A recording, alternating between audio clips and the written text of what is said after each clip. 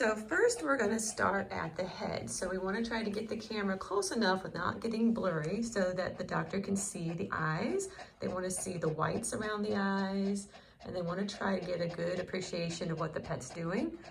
Then we want to look at the nose, try to look around it, in it if you can, again without getting the camera blurry.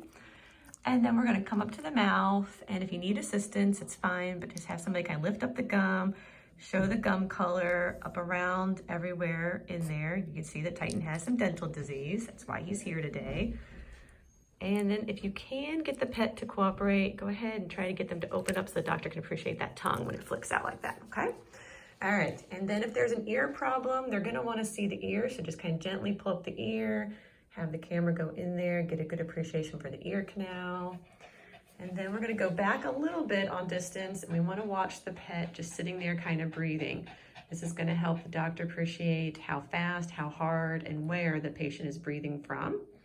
If there's a leg problem, you're gonna wanna try to go down on the leg and start the nails, and just kind of show the doctor everything that's there so they can appreciate, show them a good flip underneath there of the pads, in between the pads.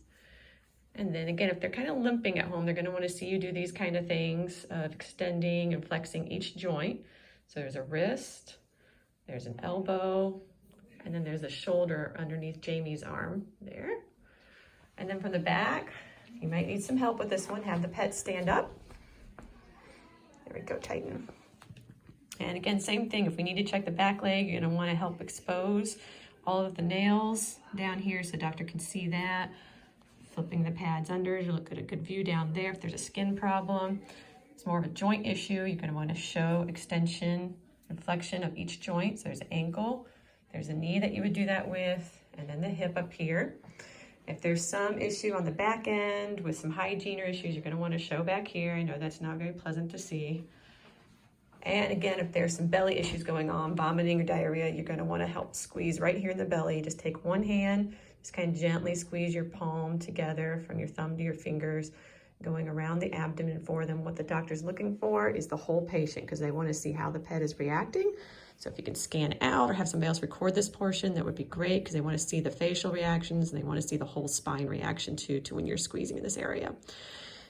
Boy dogs, if there's a urinary issue, we want to see down here. So, yep, you have to touch and show us what's going on there. Girl dogs, it would be underneath down here, and you just need to kind of part the hair away so you can see. And that is it. You have done an exam.